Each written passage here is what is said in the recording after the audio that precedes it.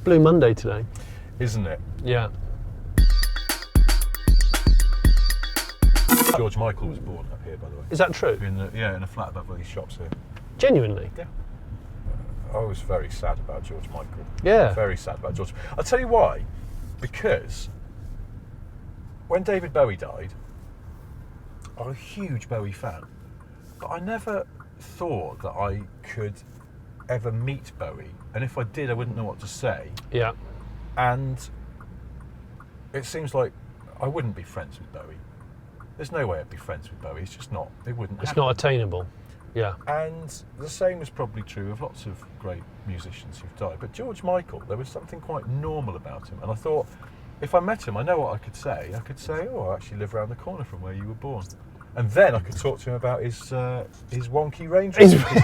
Well, no, because he once rang our office. Which one? To the Top Gear office. And he said, I just wondered if you could help me because I've got some problems with my Range Rover. It's always this lady go, oh. He said, I've got some problems with my Range Rover. It's always going wrong. This was way before Snappy Snaps and the M1 and all that stuff that he sort of notoriously became associated with Range Rovers for. This was just as a bloke who was very frustrated with the problems with his Range Rover. And so he didn't know anyone personally on the Top Gear team? He spoke to Jeremy Clarkson off the telly, who he didn't know, but he just wanted to talk to somebody about his Range Rover. And Jeremy said, well, you know, I'm sure we can put you in touch with somebody at Land Rover who can sort you out. But look, since you're on, this is quite fortuitous, you know, you can come on the show. And George Michael said, I don't really want to come on and drive your car around the track and all that stuff, but I'd love to come on and talk about the problems with my Range Rover. What? I know. And then he got cut off. And it was number withheld. So we couldn't call him back, and we were there going, I hope George Michael rings back. And he didn't. He never rang back. How long ago was this? Oh, God, this was like 10, maybe 12 years ago. Blimey. And he was very lovely, but he was very frustrated about his Range Rover. Well, I like George Michael because me and my brother got our first music singles at the same time. Yeah. And so we kind of shared and we liked what one another had got. And my brother chose Club Tropicana by Wham. Yeah. And I chose Rocket by Herbie Hancock. And those are the two like first songs that we owned as brothers. And I always wondered what the car was at the beginning of Club Tropicana. You know, you hear the woman with the high heels on the gravel, you hear the car pull up, and I was convinced it was a Mark I Fiesta, which has a really hollow, horrible exhaust note, but I thought, why would you turn up to Club Tropicana in a Mark I Fiesta? If you analyse it, Club Tropicana, I mean, apart from anything else, the drinks, as we know, are free. I think that means that there's some kind of membership fee, which is going to be pretty steep. You're not the kind of chap who has a Mark I Fiesta. Stealth drink drive car? A lady who goes to Club Tropicana in a pair of heels. She couldn't drive in the Fiesta. She's not going to have a Mark I Fiesta. But what about if she got dropped off by a dad? Or a mum? Because she knew she was boozing, so she wasn't going to drive anyway. Was it the early days of Uber, which is you just phone your nan? That if you're a member of Club Tropicana, you live with your parents. Where are you off to tonight? Just go to Club Tropicana, mum. All right, well, you don't be late. I used to live in Chester, and there was a club that had recently shut down when I moved there called Club Tropicana. Really? So maybe it was in Chester. But did it conform to all of the things in the song, e.g. free drinks, fun and sunshine, and there being enough for everyone? It's too close to Manchester for sunshine. Wait a second. Club Tropicana's abroad, isn't it? Abroad? It's abroad. Well, Club Tropicana's abroad. Fun and sunshine. I mean, it's not in Reading. No. It could be a Mark I Fiesta because it's a hire car. And yes. no one, if you go to Club Tropicana, it's like you've already spent a fortune on your holiday. Yeah. Basically what it is, Club Tropicana, is all inclusive. Fun and sunshine, yes, fine, you're in the med. Yeah. Drinks are free, there's enough for everyone. It's all inclusive. What it really is, drinks are free, there's enough for everyone of basic beer and wine. I'm laughing. Spirits cost extra.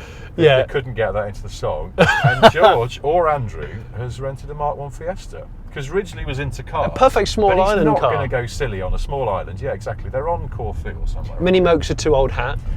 he would have asked for a moke, but they didn't have any. And they went, what have you got? And we have a Mark I Fiesta. He's a little tappity, but fine, it's okay. Look, I can't stop. I've got to drinking record the to do. exhausts, and I've got to put on these high heels to get the audio right. There's also slap bass. That's the thing I remember. The car pulls up.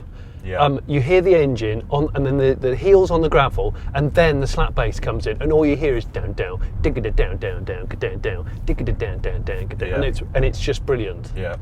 And then you obviously open the door in your head. The door is open to the club, and then it all kicks off. Yeah. That's what I love about that song. Let me take you to the place. I used to think it was where Mother smears her shiny face, but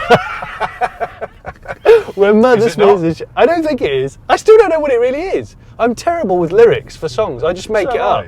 I just make it up and then go with it and go, yeah, it's definitely Mother smears her shiny face. I never knew that, because I have that problem, and I just can't. And then I find out what the real lyric is, and I find myself going, my brother has. It's not that. It can't be that. Well, there's a song Every Breath You Take, yeah, the Police song, yeah, and there's the bit, oh, can't you see you belong to me?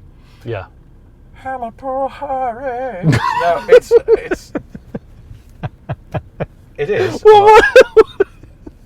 Bear with me. I've checked this. That was like a nervous tick. Anyway, I've checked the song. I've checked the lyrics. Yeah. It's How My Poor Heart Aches. How my poor heart aches. Yes, yes. Right.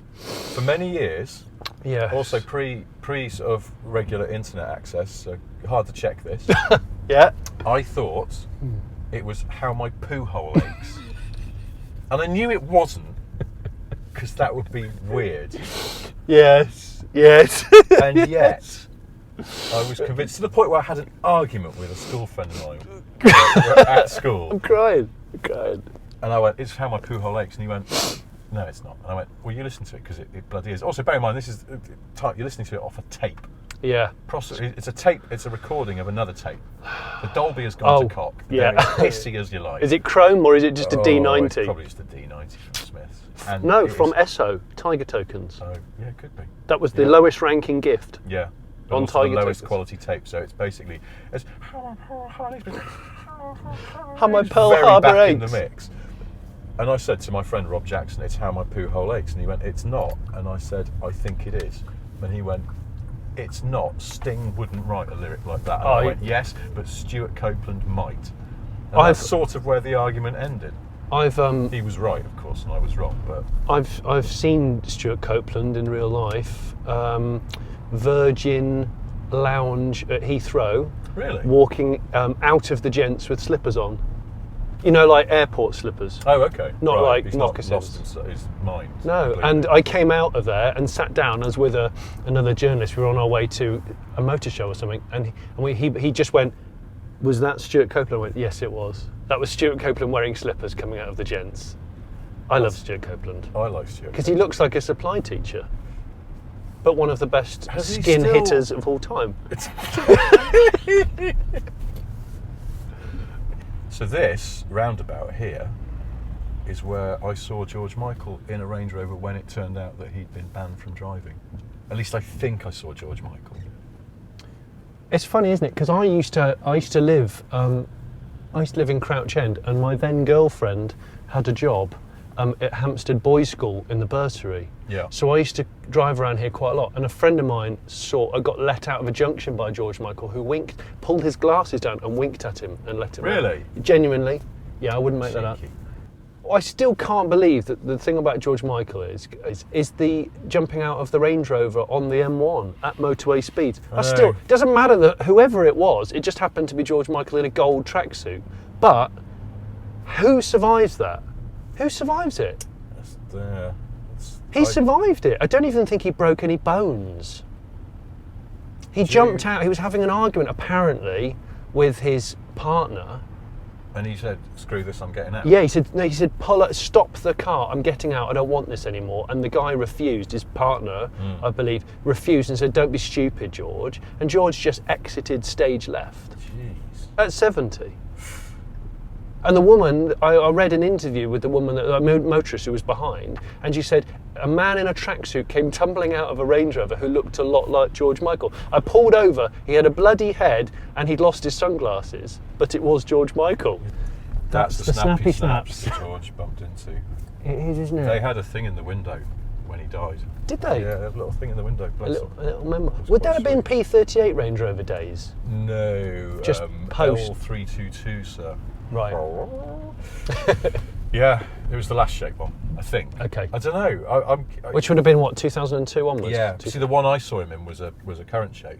I think George used to change his Range Rovers quite a lot, and that's the thing. He was a loyal Range Rover customer, and I think that's why he got so annoyed when he had one that kept going wrong, which would have been an early version of the last shape, and why he rang the Top Gear office in frustration. Can I ask you to go round this roundabout and go back the way we've come? We were just talking about George Michael, and that's his house back there, and I want to show you something. Oh, I mean, that's the oldest George of old. Michael's house because it's covered Look in at flowers. the flowers. Just let's go and have a look. I know it's macabre, but I just think it's didn't really actually- sweet.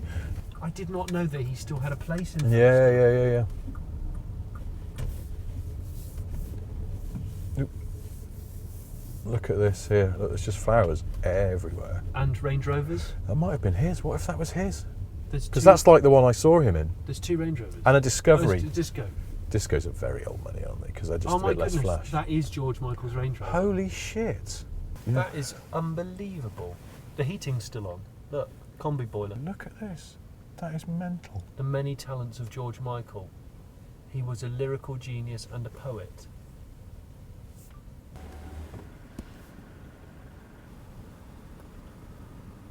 I'm blown away. I'm blown away by that. Greek flag.